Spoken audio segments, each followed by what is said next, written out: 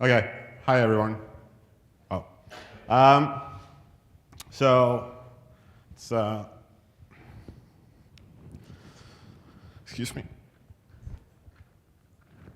So it's good to be back at Surge, and I'm continuing my tradition of giving a brand new talk at Surge, which hopefully this year will go well as I think it has before. So I'm at Crucially at Twitter. How many people saw my talk last year or 2 years ago? So a fair amount. I'm the founder of Fastly, which is a CDN. I used to be CTO of Wikia. Before that, I used to work at 6apart and LiveJournal and various other open source stuff. In previous life, I did finance and other boring, soul-wrenching stuff. So I'm going to be talking about what is a CDN and how do they work. So how many people in the audience use a CDN? It's less than I suspected. I'm curious why not everyone uses them for absolutely everything. So if you have any questions about CDNs or what I'm talking about, just interrupt me at any time and just ask me and I will divert and try to explain. So to start off, does anyone have a question about CDNs? No, apparently they're clear. So what is a CDN? It's a content delivery network, content distribution network, or as I've heard once or twice, a cloud delivery network. Yeah, it's pretty awful. So most people see CDNs as a gatekeeper between them and their users, right? Like they're this magical thing that my clients connect to that fuck up my HTTP traffic, my content, my TCP timings, my debugging, my log files, my IP numbers, pretty much everything. And my background as a developer, you kind of had an incentive to try and get around the CDN because it was imposed by people that imposed it on you, and it kept breaking shit. So unfortunately, you need a CDN. Like if you have a lot of traffic, you cannot actually survive, or you shouldn't size your systems to survive without a distributed CDN. So you need it. They kind of suck, and you're back to needing it. And you're forced to use products that, at least for me in my past, infuriated me whenever I had to touch them. So I do run a CDN. Fastly is a CDN. So I'm going to try and not be vendor biased, which is pretty much impossible for me. But if you feel that I'm going too far in Fastly's direction, then just shout at me. So there's another talk going on right now about caching on the inside of the data center, I believe. Okay, I would love to see that talk. And CDNs is actually about caching as well, but it's about caching outside your data centers, but caching in a more restricted environment as close as possible to your user. And we have to stop thinking about it as a server that keeps shit close to the edge, and think about it as something that's part of your entire stack to be able to deliver really, really fast content to edge or to end users. And most application developers don't think of CDNs that way. Most organizations don't think of CDNs that way, but they are an extension of your caching strategy. A caching strategy that we've developed over the last many years inside. We have caches on every layer, like we have the disk cache, we have the database caches, we have mem cache, we have like in-app caches, we have caches everywhere, and we've developed techniques to dealing with them that we have not translated to the CDN space. And what the CDN is just a very large distributed cache that, if used correctly, adds a lot of performance and cost savings to your system. So my view is that CDNs make shit fast. Like, that's the job. And we do that by beating the speed of light. Right? Like, it's the only way to beat the speed of light. It's caching. Like, we've failed every other way, sadly. So if you want to deliver content to Europe faster than 200 milliseconds from the US West Coast, well, you can't. Like, the only way to do that is to use a CDN or have your own data center or own presence in that region. So how do they work? This is how most people view CDNs. Right, like one big black box. And my impression using CDNs was always that this was what people expected or what the vendors wanted you to see. Like this magical entity that randomly did shit for you and mostly did shit well enough. But all in all, a black box. So what does a CDN actually do? So the first step is to find the closest node and send the user there. So Tom spoke a bit about anycast, and I'm going to probably botch the subject a bit because I'm not actually a BGP expert, but I will cover that. It is critical for a CDN to find the closest node, right? Because otherwise we're not doing our job. So there are two ways of finding the closest. There's two ways of directing traffic. You can do it using DNS, or you can use it doing anycast TCP. How many people here are like familiar with anycast TCP? Okay. Well, if you disagree with what I'm about to say, then please let me know. I'll happily have that debate. So somewhere a long time ago, well, DNS uses the location of the resolver to give out an IP address where your traffic should go, right? So if you are in a resolver that happens to be in Ashburn, we'll know that you're most likely in Ashburn. This breaks with OpenDNS, Google DNS a bit. There are ways to work around that. And you can do that using either IP geotargeting or anycast DNS, or a mixture of those two. So what is anycast? It's a network addressing and routing methodology in which datagrams from a single sender are routed to topologically nearest node in a group of potential receivers, all identified by the same destination address. So many years ago, I was reading Stephen's probably network programming or advanced TCP, and I found this TCP anycast or anycast. I'm like, wow, this will solve all my fucking load balancing problems. It will be great. And then I tried it. And so what this actually means is magic, right? Like, it's magic. So for the people who saw my talk last year, that talk was basically how magic is not to be trusted and doesn't work. And if you call something magic, it's because it doesn't work or because you don't understand it, most likely both. So how does anycast work, right? Like, you want to reach 10, 10, 10, 1. It's pretty easy, closest path, right? So now you add this topology, and you get like that. And if you're lucky, your router does equal cost multipathing, where it hashes the flows and keeps them to the same upstream and so on. If you're unlucky, this happens. You send a SYN, you send a SYNAC, you send an ACK, and you get fuck you back. Right? So I think anycast TCP or anycast is snake oil, right? It does not actually work. Like, if you're using a CDN or a product that relies on anycast in the public internet, it does not work.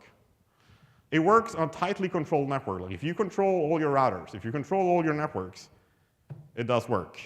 This is the latest KAIDA internet map I found. That is not a tightly controlled network.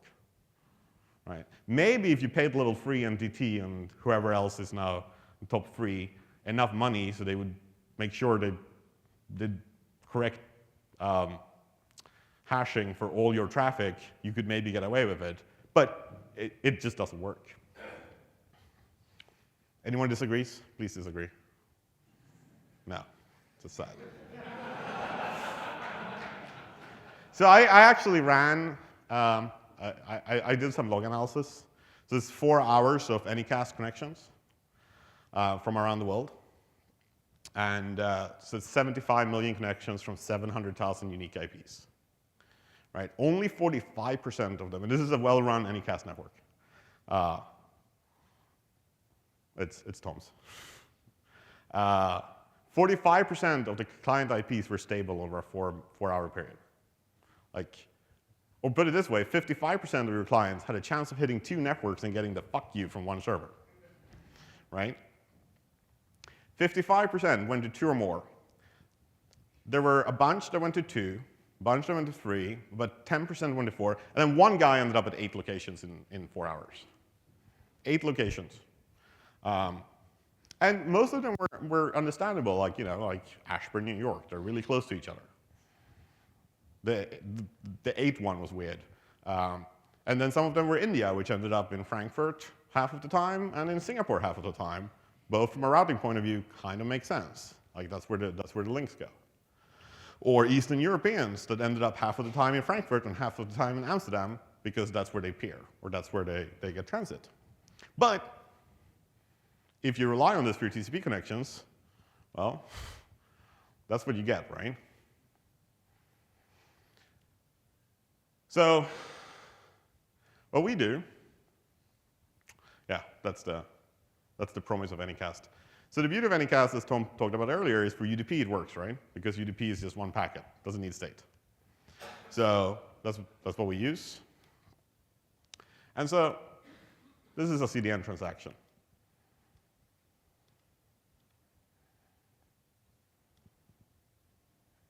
And if you cut out a cache hit, right, you don't go back to origin. Or if you have a shield or a mid-tier. How many people are familiar with the shield mid-tier terminology? Not that many. So shield mid-tier is CDN terminology for we charge you twice for bandwidth when you cache miss, but we serve it faster than your origin does. So imagine that your servers are in Ashburn, and you have a shitty load balancer that doesn't know how to do keep alives. And you have a shitty configured Linux machine that doesn't transmit data at high speed. We can, or CDNs in general, can configure our Ashburn POP as a shield or a mid-tier, and then every other node will go to Ashburn, to our machine in Ashburn, that then will go to you. And because we keep long-running keep alives, but I'll go into more detail later, that has a significant performance increase. Now, if you can just do keep alives on your own, then like, yay, that's way better. But the other interesting thing with shield and mid-tier is that you can effectively reduce your origin request to 1, no matter how many cache misses are happening in the network. So cache all the things, right? So I want to. I built Fastly at Wikia, right? We're a content site, and we needed to make our stuff faster, and we didn't want to put a copy of MediaWiki in each country, because MediaWiki is really shitty and very hard to run. It's a large PHP MySQL mess. So we built our own CDN, and we built our own CDN because we wanted to cache everything. So if you go to wikia.com, pretty much everything is cached. And it's coming out of the cache at sub-millisecond speeds. Like 50th percentile is like 200 microseconds, 99th percentile is like 800 microseconds. So not only are we beating the network latency, we're also beating whatever you do on your app server. I don't fucking care if you run Nginx or Apache or whatever the fuck you run, right? Like, you're not going to deliver a page result faster than 200 microseconds. Like, it's not going to happen. Side note, I find it very amusing when people discuss web servers and they go like, this is faster or this is faster. And then they have these shitty, large, dynamic language apps behind them. And you're like, seriously, like, Nginx might be faster, I would guess 25 microseconds than Apache, but your backend app takes 200 milliseconds. Like, why do you fucking care? Fix your app.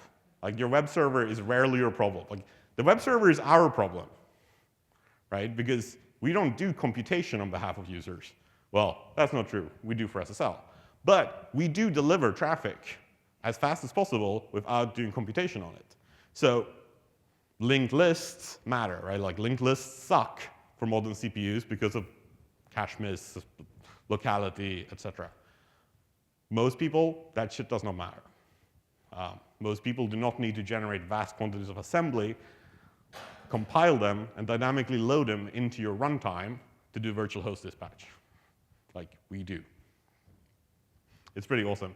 Like, we should actually open source that. My laptop can now do like 400 million virtual host lookups per second. And there's no memory allocations. So if you get in a mindset of caching more rather than less, if you get into a mindset where like the default is, can we make this cacheable? Which it already is when you talk about inside your data center. When you talk about how do I like make my database survive? Well, you throw in memcache, right? If we start thinking of that at the edge, not only do we drastically reduce the number of memcache and databases we need all the way through, but we dramatically increase the delivery time to the end user. Dramatically. I was hoping someone would disagree on anything I said. That's what I meant. What did I say? Well, you know what I meant. So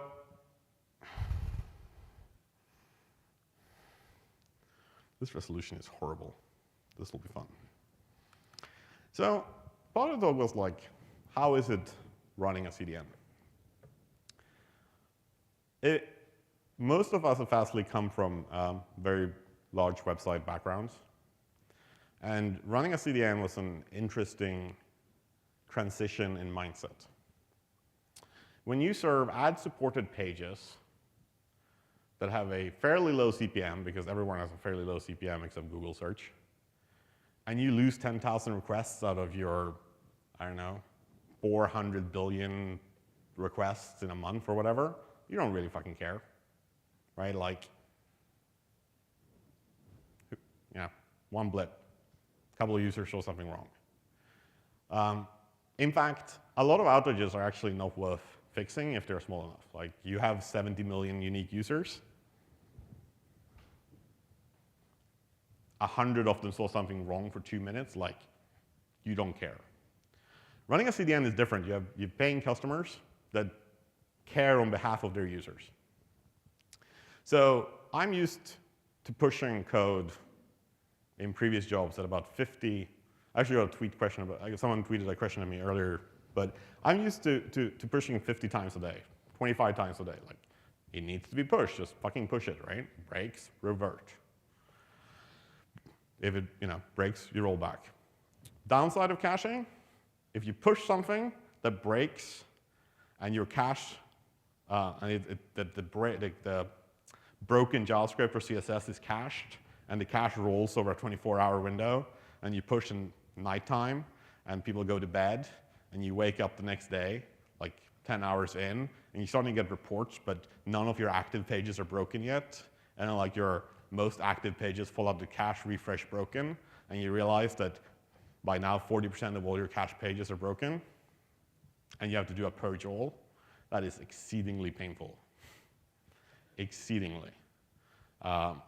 So that is the one downside of that. But at Fastly, running a CDN, we push once a month on the caching layer, if that. Right? It is a very very distinct mind shift in running a service compared to running a website. So upgrades are much more manual. They have to be watched way more. You have to make sure that you don't create some weird traffic situation. You have to roll them. Now the good thing is we have data centers around the world, so you can just do it whenever you want. And so I'll actually do this.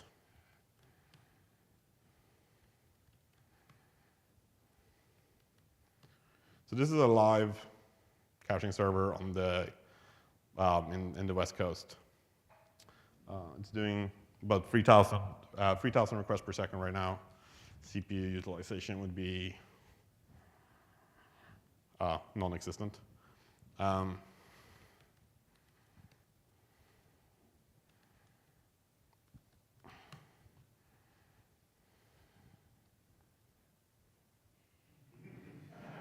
That was weird.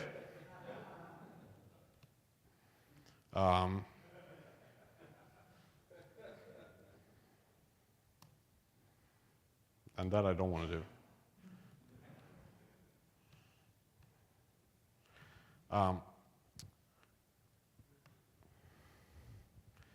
So I'm just going to take the server out of rotation, which means this server should pretty much double. And at the same time, I'll go here. What? Oh. Thank God. So we're heavy users of Ganglia. Who was at the monitoring sucks buff? Well, no. So we're heavy users of Ganglia. We even go to the extent that we run Ganglia on our switches. By the way, if you haven't had the pleasure and joy of using an Arista, you should go out and buy one right now. It's like the only piece of hardware tech that I actually approve of right now. I'm serious. They're delightful. You can get SSDs in your switch. We don't have those, but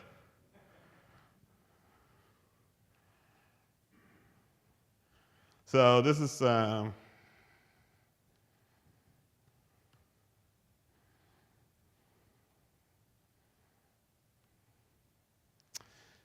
it's 1,000. Is this going to kill the Wi-Fi? It might.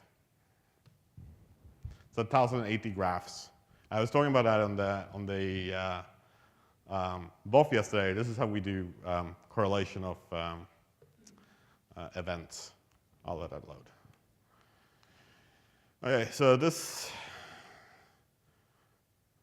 should start draining any second now. In the meantime, I'll go back here. So I said earlier that I think you should use a CDN for all your traffic, or at least all your HTTP and HTTPS traffic. Like, there's no reason why you should terminate TCP connections at your data center. Like, absolutely no reason. And even for uncacheable content, which in the CDN terminology is called DSA, and it's a huge fucking scam, right? Because what DSA actually is a well-run CDN that doesn't cache anything. And since the biggest cost for us, well, bandwidth, but apart from that, the hardest part is dealing with disk latency. If you don't have to cache anything, you're reading it off the network into L3 cache, and you're dumping it out of the network out of your L3 cache, and then you get rid of it. It's really, really simple. And DSA, people are familiar with DSA? Very few, okay. So DSA is like magic pixie will make shit faster by being faster than the internet. And all it really is keep alives. TCP keep alives, HTTP keep alives. There is this belief that keep alive should be off on SSL servers, it should be off on various servers because it increases, I don't know what. Like, keep alive is fucking key to making anything run fast over long distances. So if you assume 200 milliseconds from Amsterdam to San Jose, a normal connection will look like this. 100 milliseconds for the SYN, 100 milliseconds for the SYNAC, 100 milliseconds for the request, and a slow start reply for 100 milliseconds. Right? That's 400 milliseconds to get the first byte of reply. Now, a typical slow start reply is 2 or 3 packets. So between 2.5 and 4 kilobytes of content. Before you have to pay another 200 milliseconds round trip to act that before you'll get any, 100 plus 200 to get the next set of data. Slow start is incredibly important to understand. This is what happens when you use a CDN. SYN 20, SYNAC 20, request 20. And then we paid 100 millisecond across the internet. over a already existing connection, right? And that's the key. Like, it's an already existing connection. So if we remember how TCP windowing works, like, do we? Seriously? TCP windowing! You can only have as many outstanding packets as the window allows, and after that, you have to wait for them to be acknowledged, right? So if you have a long-running connection that is at full open window, you can send a lot of packets down that shit before you need an ACK, right? If you're a new connection on a default configured server, well, Linux now changed that, so it's 10, which is what we do, but you get 2 or free. 2 or free, right? So if you give us the reply in one go, it's 100 milliseconds to get the entire reply back to the local CDN node that will then do the slow start, blah, blah, blah, blah with the client. That's only 20 milliseconds away, right? So it's 400 to 240. With SSL, which is 2 round trips, right? SSL is 2 round trips. You save a lot of milliseconds just to get the first fucking byte on a completely uncached item. Then you can play some nice games like a common SSL configuration is use an SSL buffer of 16K, and an initial congestion window of 10 gives you about 14K. So you have to do an extra round trip for those last 2K to be able to decrypt it. So if you actually have a lot of data on the server, you can actually get around that. All right, let's go back to our live server here. So traffic's now dropped down to a substantially lower, and this server is now up to 6,000, and the load is still ridiculously small. And if you look at this graph, the overall traffic hasn't shifted.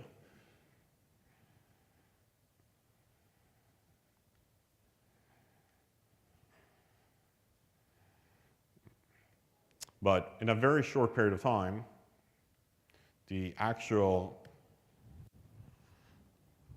traffic dropped. And this is actually a great way to find bots. Like, choose a server, remove it from DNS rotation, wait 2 hours. Whoever is still hitting you, just ban them. Just straight off. That will include the Bing bot, which doesn't fucking do DNS revalidations according to TTL. That's the only legit bot that I found that doesn't do that. Everyone else is like some random fucking distributed spam bot shit that goes on all the time. You have to wait, especially like on the West Coast, you have to wait longer because Australia doesn't respect TTLs as well. It's true. DNS-based failover works really well in the US and Europe, and like London will fail over way faster than Frankfurt because Frankfurt has all this shitty traffic from far away. Also, Frankfurt has a lot more bots than any of other POPs because of the catchment area. Like, you literally see some mild forms of attacks hit Frankfurt and then maybe get to Amsterdam and then not get any further. Let's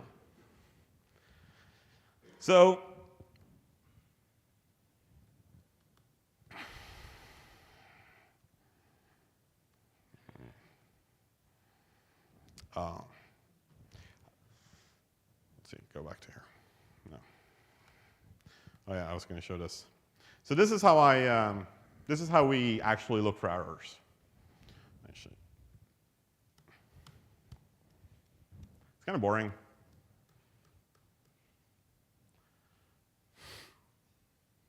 This is one machine, and we haven't gotten into the application metrics yet. This is each hard drive.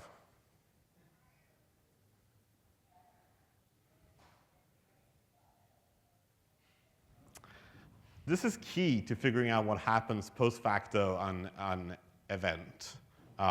We have found the weirdest forms of correlations by looking at this.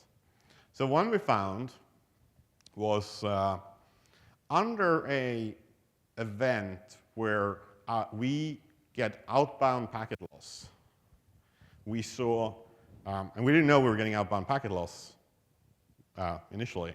But we actually saw was an enormous pressure on the Linux memory subsystem. And that then caused latency delays in other systems because if you watched my talk from last year, the Linux memory system is retarded. Sorry, stupid.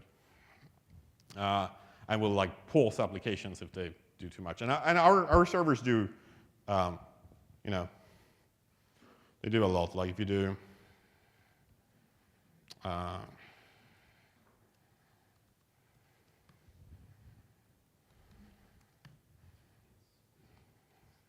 SAR.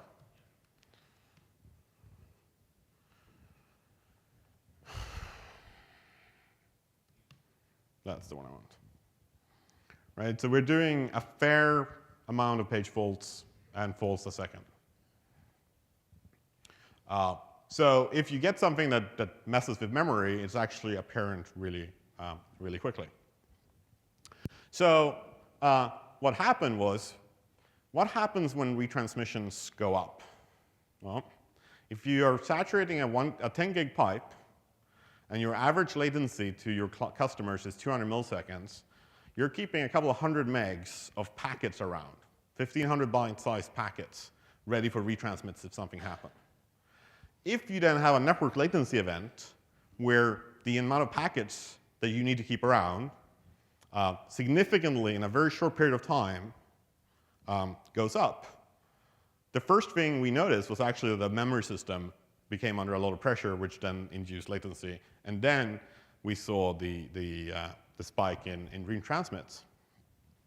But without having 1,000 graphs or so, like it would actually be, I think, close to impossible to retroactively work that chain through. Like that's the only reason that we managed to do that. This is that one. So this machine has 192 gig of RAM, and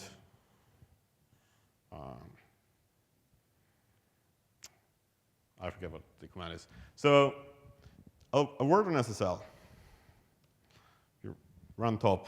You see HTTPD in there.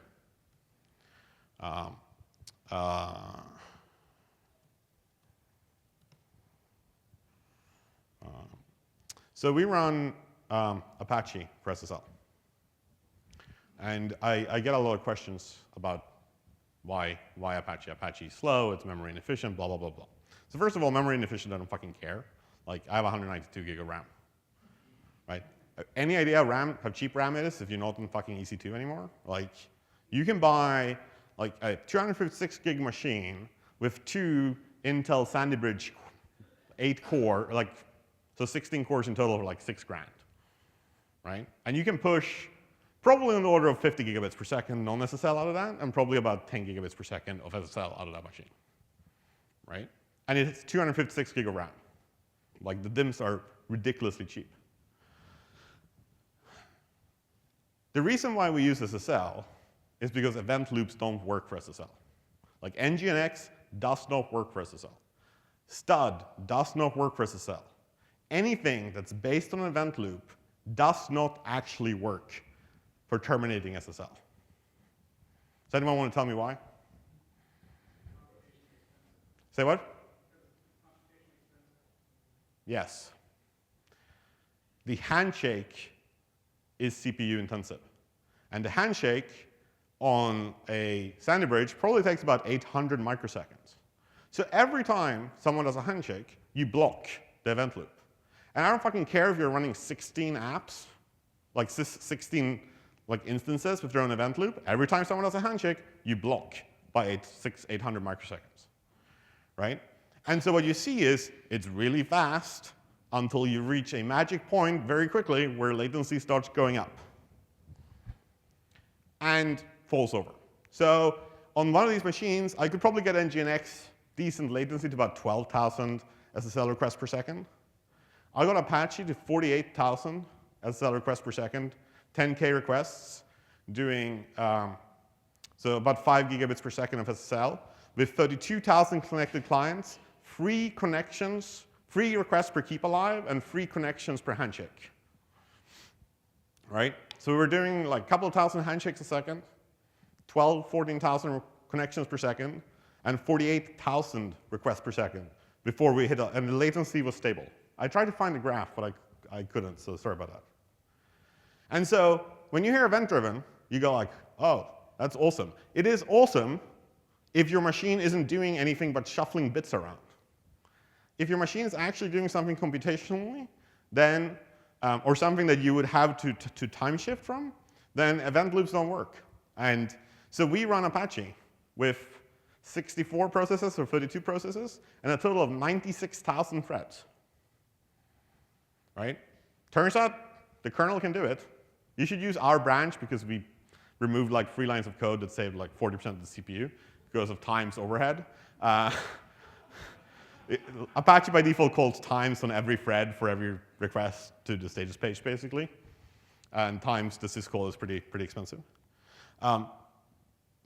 So yeah, we ended up with Apache, and it works really well, and it's faster than, sadly, or for better or worse, it's faster than any of the other alternatives that we've tried. And if you go to GitHub, our Fastly repo contains our version of Apache. Let's see, this machine is now down to probably purge requests and nothing else. So I'm just going to enable it again. And if you think of trying that URL from outside the network, it doesn't actually work. It's localhost only. So I talked about slow start.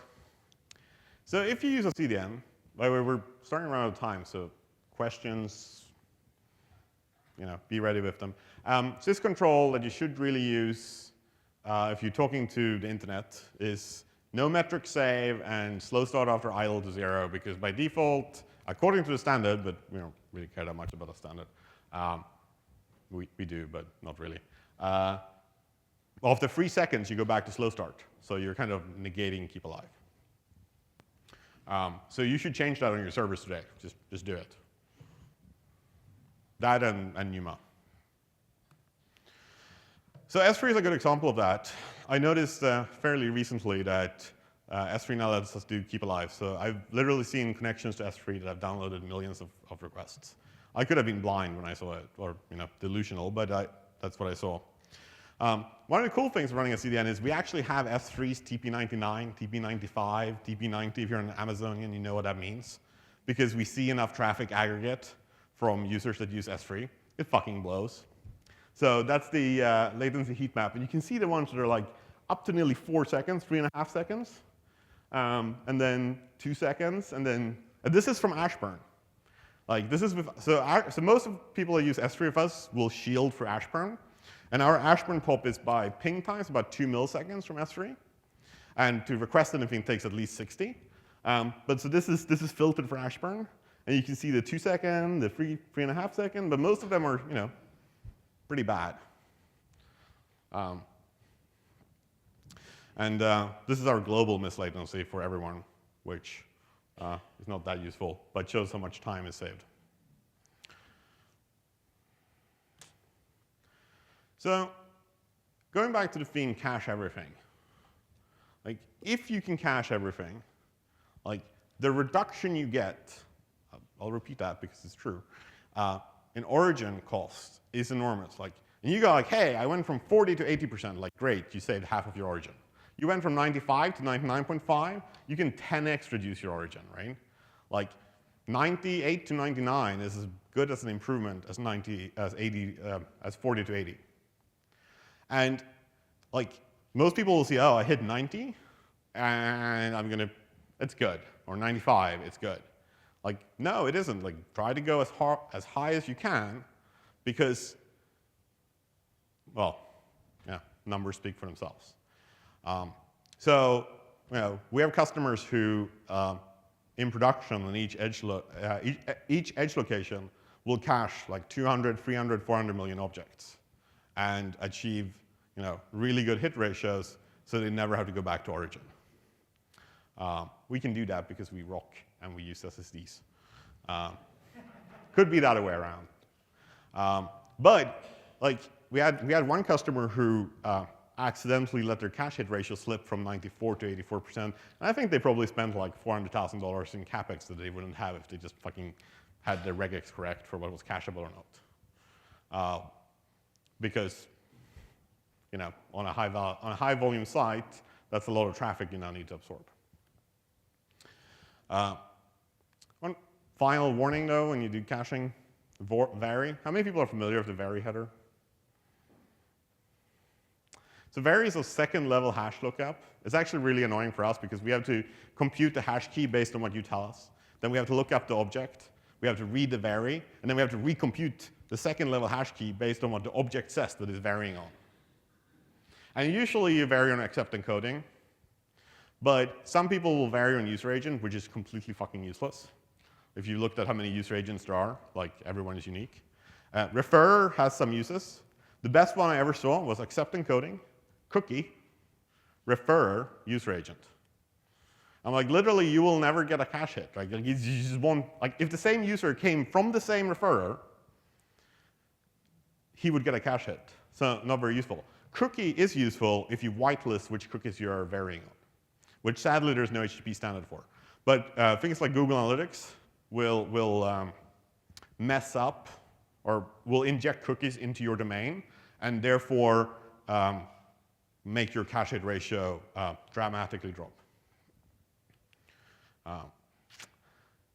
Even a short TTL can be very, very helpful because like we have a customer who runs a 5-second TTL with a day of stale TTL. So if their origin goes down, we'll keep it around for up to a day. And they never see, or they only see one request per object per 5-second to their origin, no matter how much traffic they see. Right? Like they completely absorb any kind of massive traffic spike at the edge, which is where it should be absorbed. Right? Like it never even goes back to them. So if you have kind of flashy traffic, even a 1-second TTL is the difference between n number of requests per second to your backend and 1, which is a fucking dramatic difference. So, like, why don't you cache? Just cache more. You don't even need to use Fastly. You should, but you don't need to. But like, to create a better user experience, we have to start using edge caches, and we have to start using them more, because everything else goes faster except speed of light. Yeah, that's sadly how it is for now. So, any questions?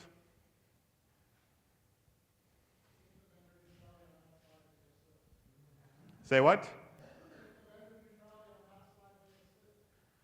I can't hear.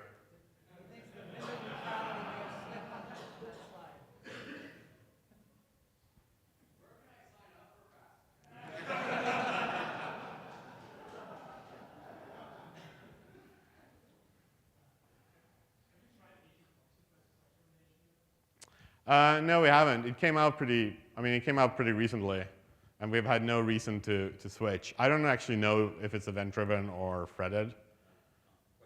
Say what? The question is if we tried HA proxies SSL. I have fundamental philosophical problems with HA proxies view on keep alives and HTTP 1.1, as in they're wrong. The website is wrong. I know that the website doesn't reflect reality anymore, but it's still wrong. But it came out like a month ago, and we haven't had time to look at it.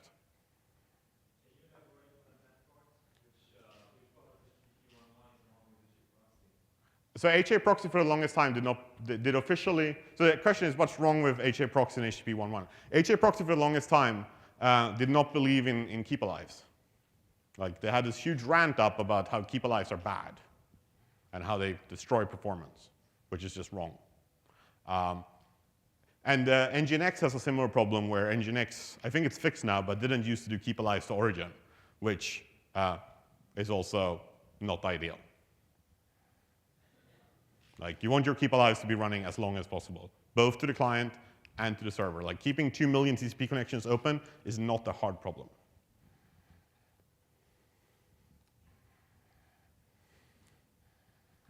we need we need to talk about your TCP anycast study Sure. later. It doesn't work. You can't. You put it this way: you can't prove it works. Hence, it doesn't. I can. I'm not saying you should do it, but you can.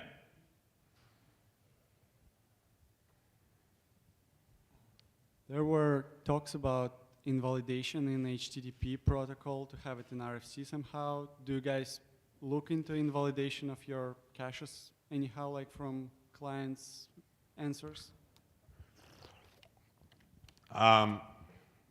So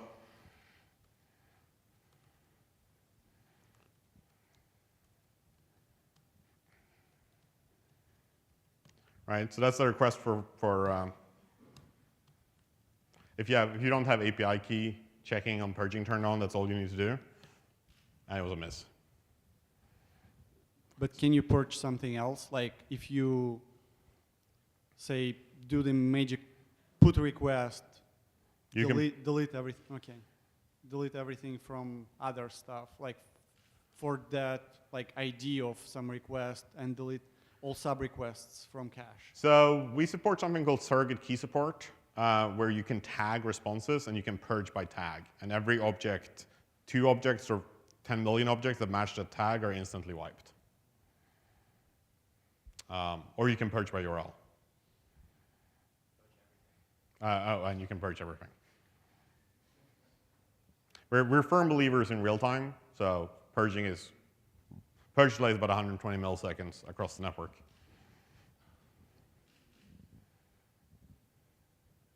Any other questions? Come on.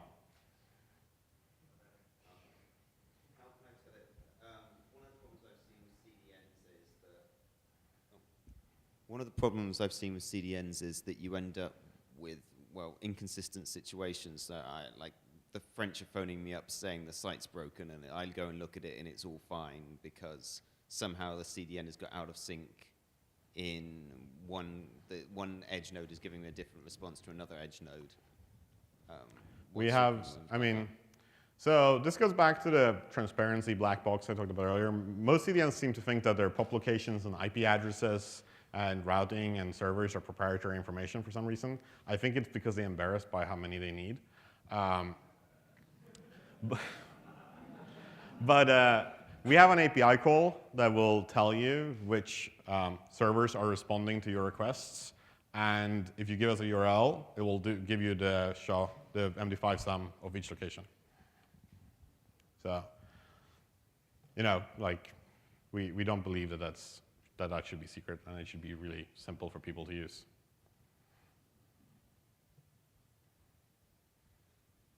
Any further questions? Anyone? All right. Come to you.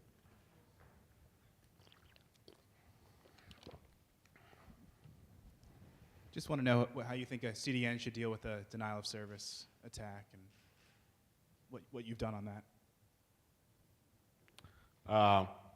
Well, personally, I believe in what one of my employees termed active DDoS mitigation. Unfortunately, we can't really do that. But generally, we have more bandwidth than the attackers, right? And their upstreams are really limited usually because they're, So I believe that the way you deal with a DOS attack is you have more capacity than whoever is attacking you. And you just absorb the traffic. What we tend to see is really stupid DOS attacks, like someone fetching the same page 2,000 times a second, and you're like, great, that is really easy for us to serve, right? We still see sin floods on a regular basis, and you're like, hey, is this 1998 again? Right? Seriously. But I think as an attacker, it is way more cost efficient to attack an app than the CDN. Unfortunately or fortunately, right? I can find a page on Wikipedia that if I hit it barely more than once a second will probably take the entire fucking site down, right? It's a talk I've long wanted to give the 10 ways you can crash Wiki and Wikipedia without even trying, which I won't give for a long time. But that's usually a way more cost-effective. Is find an uncached page that you can hit and just go for it, right? So on Wikipedia, you can just do !action equals purge. I'll purge their mem caches too, for good measures. That's actually public, so I don't fucking care.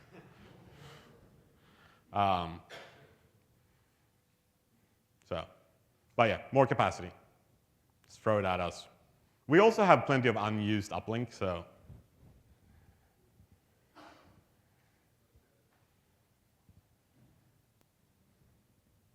Any further questions?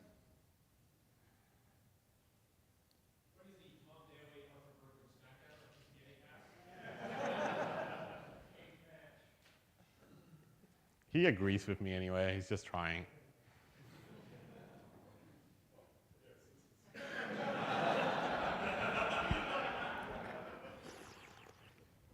So can you go back to your study and let's just talk about it for a sec. So you were testing our anycast. Yes. And can you talk about the technique that you used and how you collected the data? And then what I'm going to say is that your stability metric was subject to an end recursive resolver's RTT banding and selection algorithm. And so what you actually tested was the stability across our 4 different anycast paths and not across any one single TCP anycast stream. So, yes.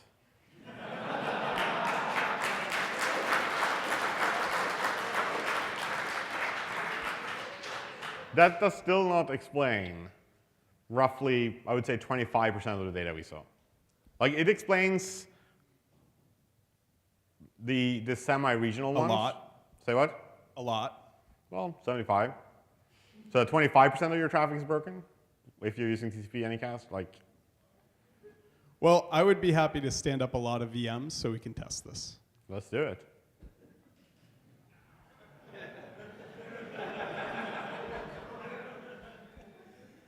All right, on that note, I think we're going to have to give Artur a hand here. All right? And Oh, one more thing. There are T-shirts up here. I think they insult other CDNs, so if you want some, you should go grab them. all right, we'll Thank you. take a short 10-minute break and then back in.